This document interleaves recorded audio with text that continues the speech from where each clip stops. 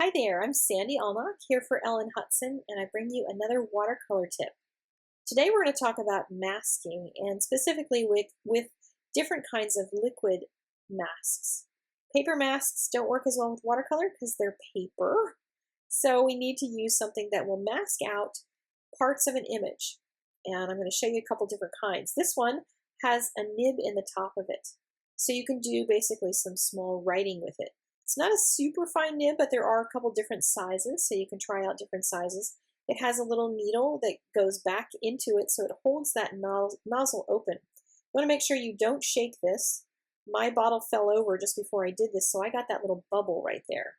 And that is what will happen if you shake it. So you don't want bubbles in your masking fluid.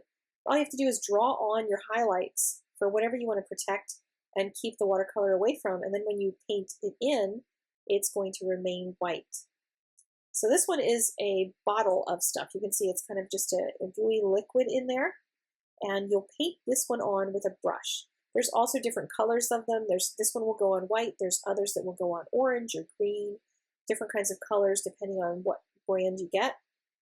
And I'm going to use a brush, an old yucky brush, but I'm going to do a tip. I'm trying this for you here on YouTube Live, because I was told that putting a little bit of Dove or Dawn dishwashing liquid on it first will protect the brush. Because I've ruined a bunch of brushes going through this, so I've got a bunch of old yucky brushes that I usually save for my masking. So what I'm doing is dipping it into the masking fluid and painting it on. You want it pretty good and solid, because if you're going to do a wash over this, you want to make sure all of that is protected and remains white. Because I want to paint some blue and gray into my clouds, but I don't want it to come from the background color.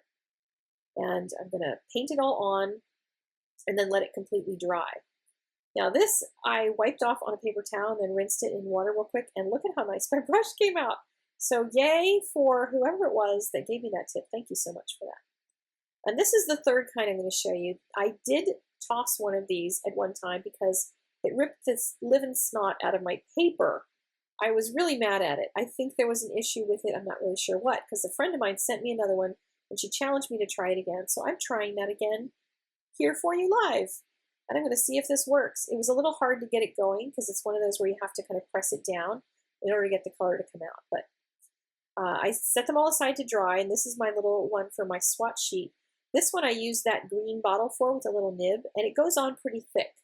So if you have one of the kinds that goes on thick, when you pull it off, you want to pull it off horizontally. If you lift this, I'm using a rubber cement pickup. If you lift it vertically too much, you're going to pull the paper up with it, and you're going to ruin the surface of the paper, and you won't be able to paint on it. You can use your finger to do it, but sometimes you'll get the grease from your finger into the paper, and then you'll get kind of some resist from that grease. So I recommend using a pickup of some sort. Just make sure you do it as horizontally as you can so that you're not lifting up and removing some of the little fibers from the paper that are going to make it impossible for you to paint over it. Believe me, I can tell you I've ruined a lot of different things by trying to do that. So here's the test to see if I can remove this Molotow pen with the rubber cement pickup, and look at that, it actually works. So I don't know if I had a bad pen or what, but I'm going to give this one a thumbs up after this little test because it did seem to work. So I'm kind of excited about that. Yay for learning something new, right? So here's the pinnable graphic that you can go and pick up over on the Ellen Hudson blog. So you can remember some of these tips for using masking fluids and add to your collection of 2x2 swatches of different techniques. And I will talk to you guys later. Have a really wonderful week, and I'll see you next Sunday.